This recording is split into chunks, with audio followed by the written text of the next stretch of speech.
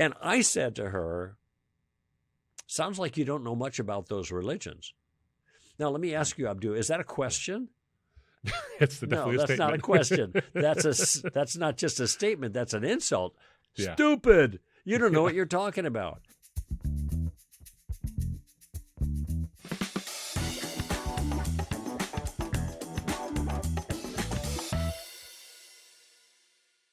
Hey friends, it's Coulda, Shoulda, Woulda. This is Abdu Murray, and Coulda, Shoulda, Woulda is a series of short videos where I and a guest, many of whom you will know, will share stories where we were engaged in a conversation or at a Q&A from the platform or any other kind of context, maybe even online, where we coulda, shoulda, or woulda done it differently now that we've had some time to think about it, or sometimes even when we walk right off stage and said, I coulda, shoulda, or woulda done it this way better next time. The reason for that, friends, is that a lot of you might feel paralyzed, that you have to do this perfectly. You have to do this right, because we give a lot of illustrations. Your favorite apologist or your favorite speaker might give an illustration where it's like, my goodness, that would have just been the bullseye in this one conversation. Well, the reality is most conversations are messy, and we're giving you a summary of a very lengthy conversation sometimes.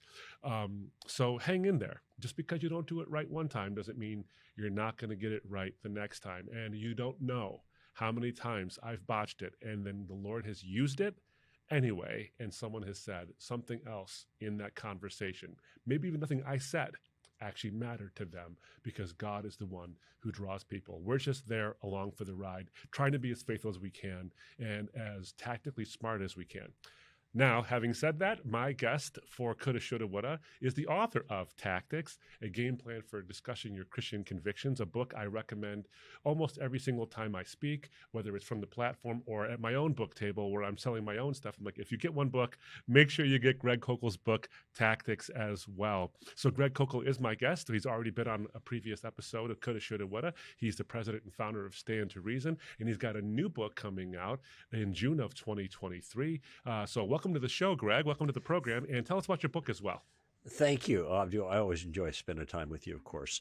The new book is called Street Smarts, and the subtitle is Using Questions to Answer Christianity's Toughest Challenges. So it's kind of a standard apologetics book where I deal with atheism, I deal with the problem of evil, I deal with abortion, I deal with the person of Jesus, I deal with problems with the Bible, I deal with some of the sexual issues, etc. But the unique twist is, and some who are familiar with Tactics probably picked up on the subtitle, is that we're going to learn how to use questions to exploit the problems of those different challenges, and that would be the third part of the game plan in the tactical game plan that I discuss in the book. And so that's coming out, like I said, in June, and I'm looking forward to having it completely finished. I don't know about you, Abdu, but I don't like writing. I like having written, and so when it's all done, then you say, okay, I'm glad that's over with. Now you can kind of enjoy the process of making an impact with the work that you do. Indeed. I do like writing, but I do like having written even better. Absolutely. All right. Well, Greg, share with us you shared with us a story before about a time when you could have, should have, would have done something differently. Now that having had plenty of experience, you have done it differently than you shared before. But I think you got another story for us. Yes, I do. The last story was about something that happened when I was first a Christian. Okay. This one, I was well into, I'm 49 years now as a Christian, and this must have happened, I'd say 6 or 7 years ago. So, I'd been in the saddle for a long time, right? Yeah. And I should have known better, kind of, with the mistake I made. But let me offer a predicate, though, for everyone that I thought of last time and I want to mention now. And I talked to my girls. I have teenage girls, and I talked to my girls about this. I said, everybody starts at the beginning. There's no other place to start. And sometimes we're in the beginning stages for a long time, because the things that we are beginning to do often take years to develop good capability at the skill. Okay. And so this is true in all areas of life, but it's also true here. And it's important for us in a sense to be comfortable with the process of doing this. And I mentioned last time, and this something ridiculous that I blurted out. That was not helpful to my witnessing circumstances, obviously. But there have been times when I have, even since then, when I have lost my cool. I got angry at somebody. I spoke out of turn. I said things I ought not have said. It's all part of the process. And you could be a public speaker that's effective. You could be a writer that has good things to say. You sold a lot of books. And you still can be, throwing gutter balls sometimes. That's just the way it works. Yeah. And I remember something Francis Schaeffer said many years ago. He had a great influence on me. Mm-hmm. And he said that all utopian ideals turn out to be cruel in the end because they can never be fulfilled. Mm-hmm. And when we start making these demands on ourselves, like I got to get it right all the time, then we're always going to be unhappy and dissatisfied and self-critical in an inappropriate way.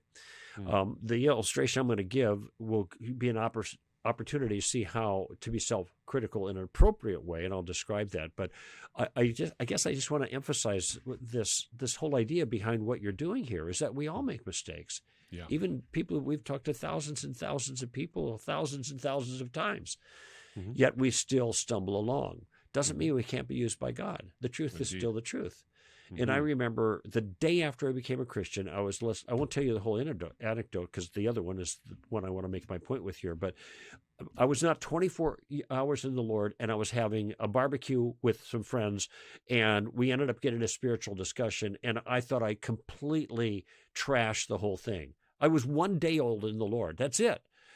And I found out 4 years later, one of the people that was part of that conversation ended up becoming a Christian as she contacted me again and told me all the things I said that day were really impressed upon her. And then she contacted me 4 years later and became a follower of Christ. So you never know what God's going to do. Even the most ham-handed kind of presentation. It doesn't justify being ham-handed necessarily or nasty, obviously. But ham-handedness is where we start. And God can still use that. Okay, so my anecdote. So I'm teaching at a church in Central Ohio somewhere, and the topic is tactics. And I'm doing what I call the Columbo two-step, which is the Columbo tactic, which is using questions to engage people in a particular kind of way. And there are 2 steps of the game plan that I talk about in that shorter talk. And there are 2 questions that I ask as part of that. So I'm gathering information with the question, what do you mean by that? And then I'm trying to reverse the burden of proof with the question, how did you come to that conclusion, or something like that. So those are the steps, right? So I just taught on this thing, and I did a great job, and pastor comes in to give the closing prayer, and I duck out underneath the prayer as everybody's head is bowed, and I go to the entryway there to shake hands with people as they go out of the church. Now, the first person out of the church, she gets out early. She comes up to me and shakes my hand, and she said, I'm a Christian, and I'm a pagan, and I'm a Buddhist. She said, I'm a Christian, and I'm a pagan, I'm a Buddhist. Because in my talk, there's an illustration about a pagan that I talked with, a witch. And I went, wow, all of a sudden she hits me with these things. Okay. Now keep in mind, my talk about tactics and the right way to do this is still bouncing off the room inside the church, my words. I mean, it was right afterwards. And I said to her, sounds like you don't know much about those religions. Now, let me ask you, Abdu, is that a question? It's definitely a statement. No, that's not a question. That's not just a statement. That's an insult. Yeah. Stupid. You don't know what you're talking about. Yep. And it's like, it was right out of the gates. I just made this stupid remark. Mm. Now, she could have been really offended, and she wasn't, fortunately. Okay. And she said, well, I think I do know a few things about that religion. So then the repair comes. So now I come to my senses, mm-hmm. and I asked the question I should have asked at the beginning, but I didn't think of it. Mm-hmm. Okay. Now I have it, by the way, for the next time around. But I said, well, what do you think Jesus would have said about your remark? Now, that is a question. She says, I'm a Christian, and I'm a pagan, and I'm a Buddhist. And of course, Jesus was a Torah-observant Jew. He's not going to be happy with these other Eastern religions or paganism, certainly. What do you think Jesus would have said about that? Now that's a question. Boom, it's right back on her again. And it's a fair question, and it's not nasty.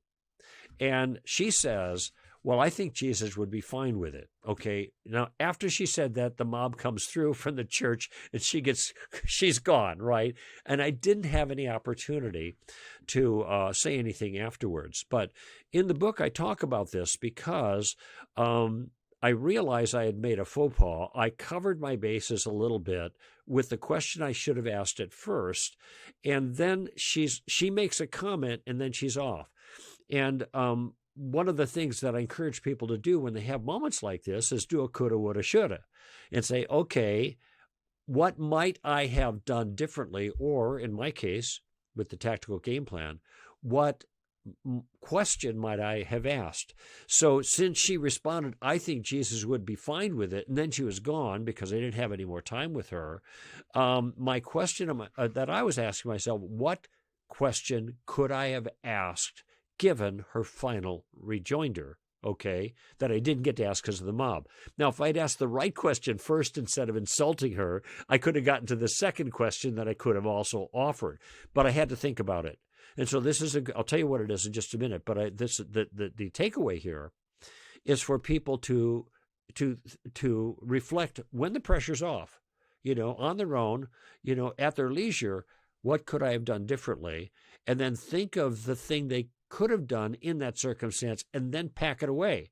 Then they're ready for it, okay? And what I could have asked her is, and this is what I thought of later, when she says, well, I think Jesus would be fine about it, I could have said, could you show me anywhere in the Gospels where Jesus said anything that would give you that impression?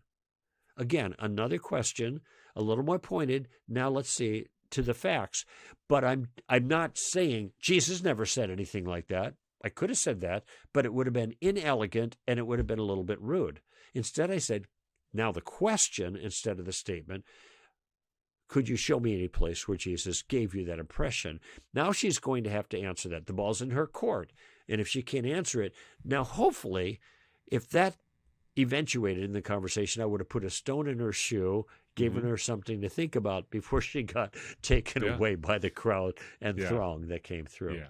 Yeah, well, and one thing to take away from this too is the possibility still does exist. I mean, look, I remember when these two guys, I tell the story many times, they came to my door at the University of Michigan when I was an undergraduate, and they talked to me hours at a time, every Thursday it seemed for a long time, and they never would have guessed that they were getting to me because I never let them know it. I did not want them to know it. And then I gave my story. I focused on the family. I was on the show and gave my story. And one of the guys suddenly realized, one of the guys, his name is Pete, and he emailed us and said, "I'm Pete. I think I'm the Pete." And he sent me a picture. No and I'm kidding. Like, no, he sent it to me. I've still got to go meet that guy. And maybe by the time this airs, I'll have met him in person again because he's not too far from me. And I looked at the picture and I'm like, oh my goodness, you're the Pete. The point is of me saying that is that maybe she walked away and she is thinking to herself, how would I answer that question? Maybe she's doing her own coulda, shoulda, woulda, and said, yeah, what does give me that impression? What do I think Jesus, when I said he'd be fine with it, how do I know that? People, you never know. I walked away with lots of questions. And so, yeah, it's the better part of it would have been to open up with the question first because you can get to the next one. But still, who knows? Going to your point, that's my first day as a Christian kind of thing. You never know. Lee Strobel calls it ricochet evangelism. You're talking to one person and it hits somebody else. Yeah. But if God was not capable of using imperfect people who make big mistakes, when they should know better, then he'd have 3.5 years of ministry in the world. Because he had one perfect person to do the job, and then it was over. And by the way, that guy got himself killed, right? Yeah. So exactly. he passed the baton to us, and we're all in process. And so we do what we can with the most integrity we can.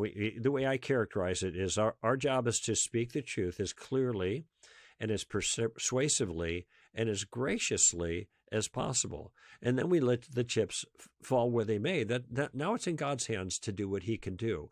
And sometimes it's not going to be as graciously as we ought. Sometimes it's not be as clear as we ought. And sometimes it's not going to be as persuasive as we thought.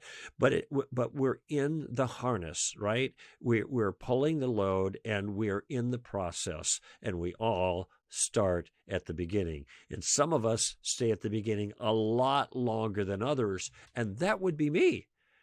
That would be me. It took me years and years and years before I learned some things that made my efforts more effective, not just in evangelism, but also in encouraging and training other people. So it's just Absolutely. a process. It's okay. By the way, the process doesn't happen unless you get in the process. Mm-hmm. If you sit on the sidelines, nothing. You're never going to improve.